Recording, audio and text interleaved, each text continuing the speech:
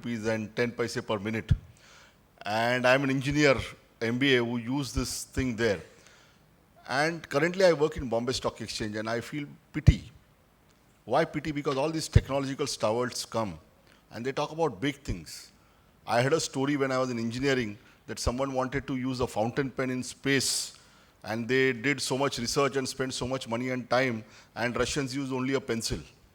So when we talk about smart banking and financial inclusion, I look at the time when there is a person who's not been educated, who has never seen a smartphone, and yet he can do it.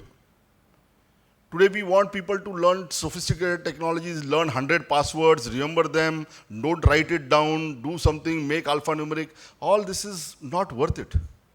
It's just not worth it. The smart cities that I'm looking at, and the smart banking and financial inclusion I'm looking at, is the third standard, uneducated person who can use this banking facilities and financial inclusion. It's something that we show by using it ourselves. For instance, the Aadhaar card, I am very glad that the government has done and the Prime Minister is trying to promote it. But there is a problem. We are asking the poor people to get into the Aadhaar card first. Are we having the rich people in Aadhaar card loop first? Normally it is found that the poor people or the people who are not educated or people who are behind will follow the leaders.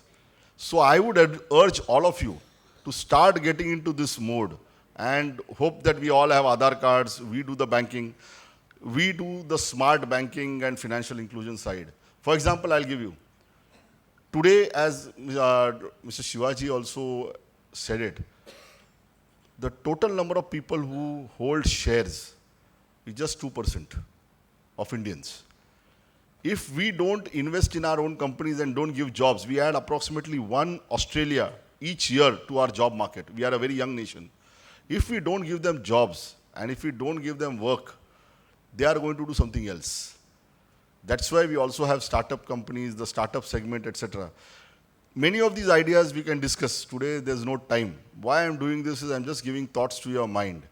That smart banking and financial inclusion, we have to talk about those 400 million Indians who don't have anything, who don't want to learn these things which are so difficult.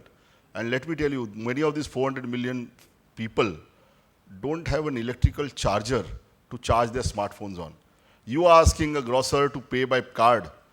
I myself studied in IIT, my son studies in IIT, and what he's talking about making campuses all digital, yes, it is true. We'll have smart colonies, but we'll have smart and rich colonies, and we'll have poor and non-digital colonies.